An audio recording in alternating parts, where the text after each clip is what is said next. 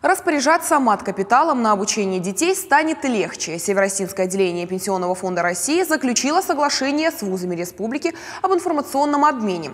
Если раньше семьям нужно было представить в ПФР копию об оказании платных образовательных услуг из учебного заведения, то сейчас достаточно лишь подать заявление через личный кабинет на сайте Пенсионного фонда, а дальше ведомство самостоятельно запрашивает сведения о договоре на обучение у вуза.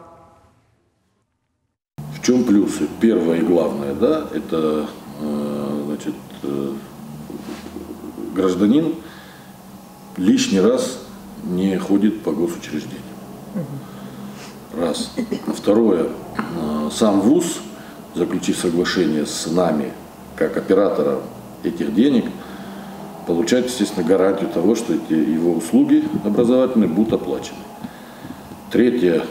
Для самого вуза это немаловажно, потому что, как я уже сказал, в условиях, так сказать, такой цифровизации всех услуг, этот аспект деятельности вуза рано или поздно, скорее раньше, чем позже, попадет в критерии оценки эффективности деятельности учреждения.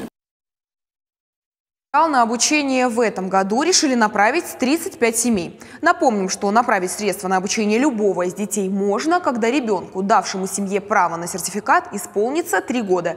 Исключением является дошкольное образование. Использовать материнский капитал по этому направлению можно сразу после рождения ребенка. На дату начала обучения он не должен быть старше 25 лет, а учебная организация должна находиться в России и иметь лицензию на оказание образовательных услуг.